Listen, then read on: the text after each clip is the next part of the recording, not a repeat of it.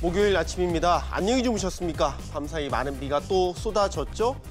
잔뜩 긴장했던 태풍은 별거 아니었는데 괜찮겠지 했던 비 소식에는 한 방 제대로 먹은 것 같습니다.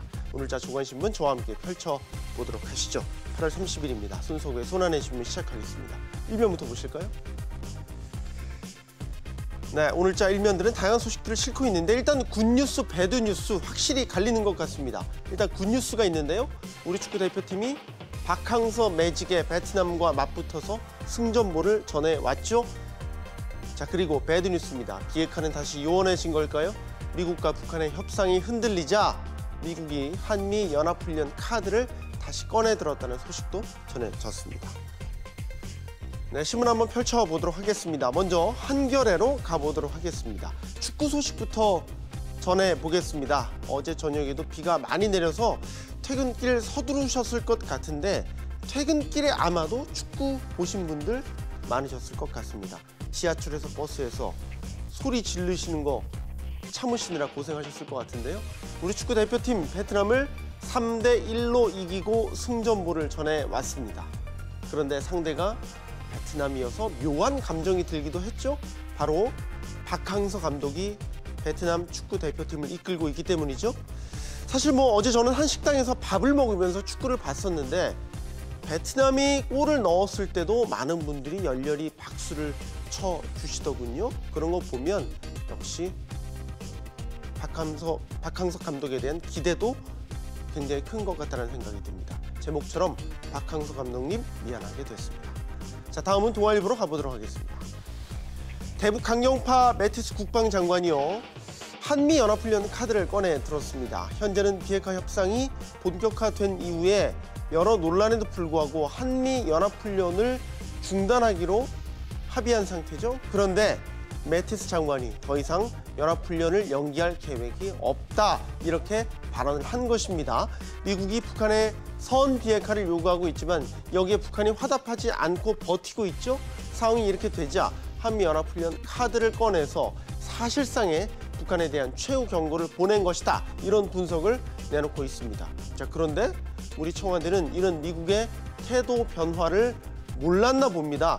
사전 협의가 없었다면서 당혹감을 감추지 못하고 있군요. 다음 기사로 가보겠습니다. 이번엔 머니투데이로 가볼 텐데요. 역시 관련된 기사로 보실 수도 있겠습니다.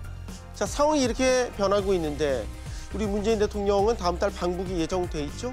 현 상황만 보면 가는 발걸음이 참 무거울 것 같은데 이 정상회담 의제에 관한 기사를 머니투데이는 일면에서 싣고 있습니다. 서울과 평양 공동올림픽이 추진된다라는 소식입니다. 글쎄요, 미국은 군사 압박에 나섰는데 그리고 비핵화 협상은 이렇게 흔들리고 있는데 남북 공동올림픽이라니요? 어떻게 생각하십니까? 다음 기사로 또 가보도록 하겠습니다. 한국일보 보시도록 하죠. 우리나라 경제 투톱인 김동연 경제부총리와 장하성 청와대 정책실장 어제 두 번째 회동을 가졌습니다. 그게 뉴스가 됐습니다. 회동만 하면 뉴스가 됩니다.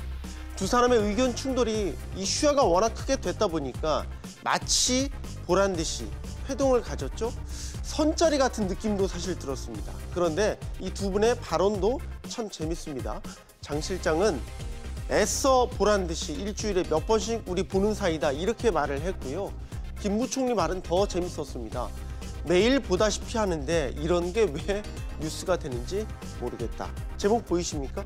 경제 투톱 만남이 뉴스가 되는 아이러니. 정말 이런 게 뉴스가 되는 아이러니다. 한국일보는 아주 재밌게 헤드라인을 뽑았군요. 다음은 매일경제로 가보도록 하겠습니다. 경제 얘기 한번 해볼게요. 정부가 다주택자와 고소득자의 전세대출 옥죄기 나서고 있죠. 그런데 참 말이 많습니다. 2주를 앞둔 서울 시내 주요 재건축 단지들이 이 정책 때문에 직격탄을 맞게 됐다고 기사에서는 전하고 있군요.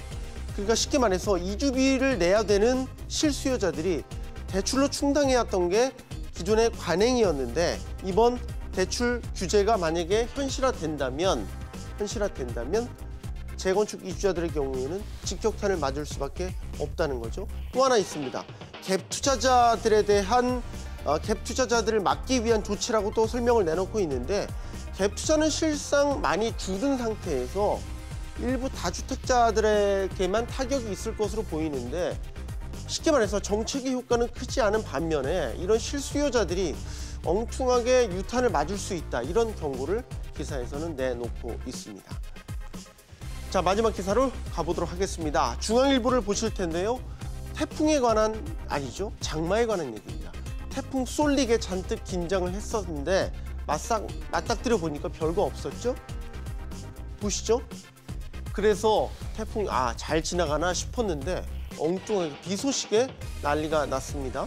호우경보가 내려질 정도로 폭우가 쏟아졌는데 사실상 태풍에 워낙 긴장한 반면에 비 소식에는 그다지 대비를 못한 측면이 있었다. 이렇게 기사에서는 전하고 있는데 특히 한꺼번에 많은 양의 비가 내리는 이런 기습폭우는 기상청도 예상하지 못했다라고 전하고 있습니다. 가을 장마가 이렇게 무서운 줄 오랜만에 느끼는 8월이 아니었나 싶습니다. 손 속의 손안의 신문 마치겠습니다.